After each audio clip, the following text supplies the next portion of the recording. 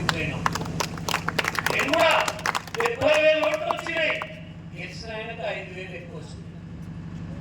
నాకు 2,500 వస్తే నేను గెలిచి నేను ఏడా నాకు తక్కువ ఉంటాయి, నేనేం చేయాలి అనేది ఆలోచన లేకపోతే మనం ముందడుగు వేయలేము. ఇక్కడ గట్టిపల్లిది గ్రామ సభ కానీ రేపు ఇందిరా మీట్లు వస్తాయి. ఎవరో లీడర్లు నా ఇష్టం ఇస్తాడే నడవదు. గ్రామ సభ తీర్మానం చేయాలి, నిజమైన లబ్ధిదారుని సెలెక్ట్ చేయాలి. ఆయన ఎవడన్నాడు ఎత్తిస్తావు. ఆ ఊర్లో గ్రామ సభల ఎవరికైతే ఇల్లు లేదో, ఎవరికైతే పేదోడు ఉన్నాడో, ఎవరికైతే అన్యాయం జరుగుతుందో వాళ్ళకు న్యాయం చేస్తామని చెప్పి మనం ధైర్యంగా ఉంటే అవతల ప్రతి దాన్ని పార్టీల పరంగా మనం చూడొద్దు. అది ఏ గెలిచిన ఎమ్మెల్యే కావచ్చు, ఎంపీ కావచ్చు, ఇలా ప్రధానమంత్రి కావచ్చు, ముఖ్యమంత్రి కావచ్చు. ముఖ్యమంత్రి దగ్గరికి బీజేపీ ఎమ్మెల్యేలు పోతారు, మాకు ఈ పనులు కావాలనంటే ఆయన చాతనైన కాడికి ఇస్తాడు. ముఖ్యమంత్రి నరేంద్ర మోడీ దగ్గరికి పోతాడు, ఆయన అడుగుతాడు ఇది కావాలి, ఇన్ని పైసలు కావాలని. ఆయన కూడా గలపెట్ట చూసుకొని ఏది ఇవ్వాలో అది ఇస్తాడు. ఎమ్మెల్యే కూడా అట్లనే ఇవ్వాలి, ఎంపీ కూడా అట్లనే చేయాలి. సర్పంచ్ కూడా అన్ని వార్డులు ముఖ్యమైన సమస్యల మీద మనం దృష్టి పెట్టాలి.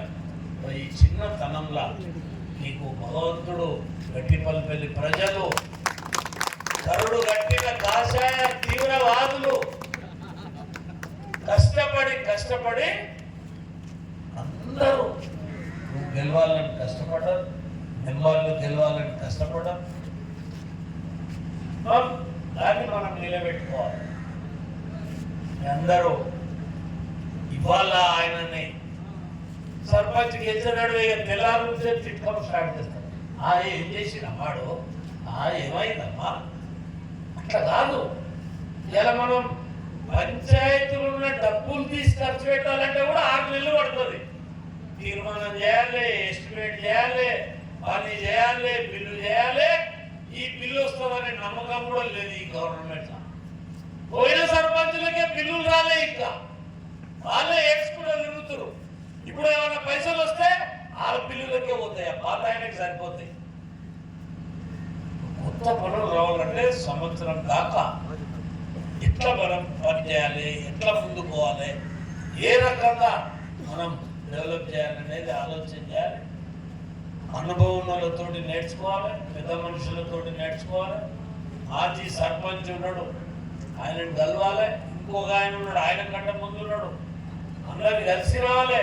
మీరు చేసిందే, నాకు అవకాశం వచ్చింది, నేను కూడా ఇప్పుడు గెలిచిన, నాకు కొన్ని సూచనలు ఇవ్వండి, సలహాలు ఇవ్వండి అని అడిగి రావాలి. మన ఇంటికి వచ్చేవాడు చెప్పాడు, మనమే పోవాలి. మన గ్రామ పంచాయతీ మన ఊరిని అందంగా చేసుకోవాల్సినటువంటి అవసరం ఉంది.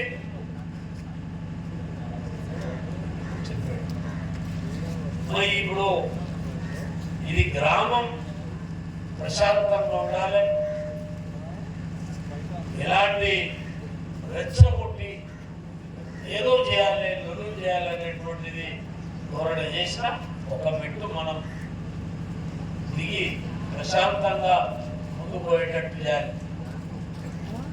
మనకు 2 సమస్యలు ముఖ్యమైనవి.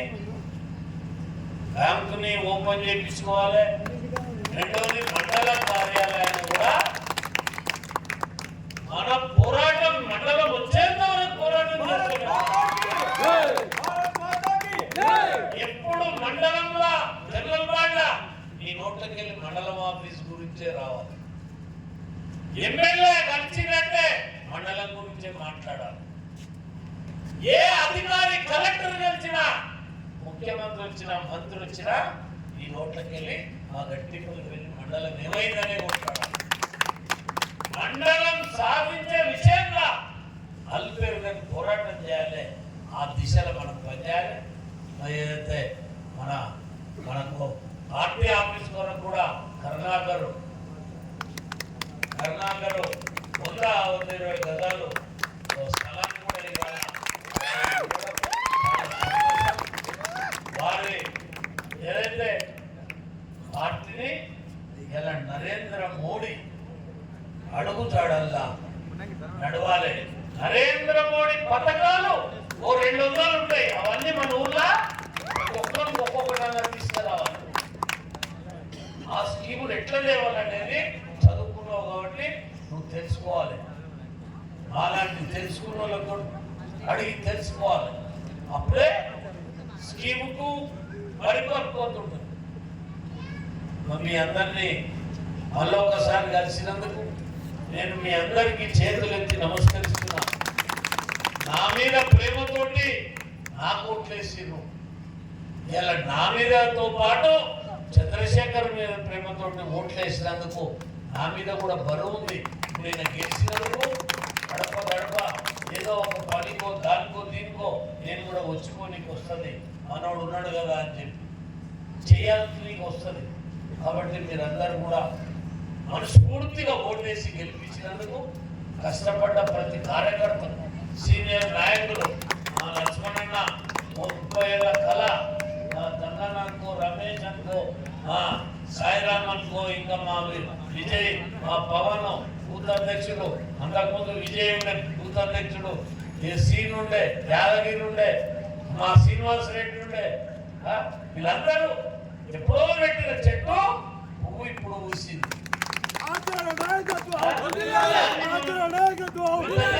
అవసరం ఉంది. దీని వెనుక ఎంతో మంది తెలియడం, చాలా మంది కష్టపడారు.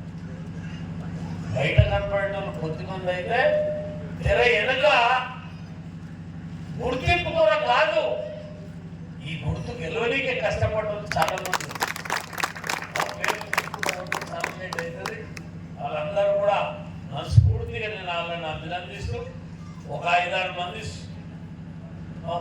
ఈ ఊరు కూడా కాదు, నెల రోజుల సంది ఇక్కడనే ఏది పెడితే తిట్టు కూడా ఈయనే ఉండి పనిచేసిన వాళ్ళు ఉన్నారు.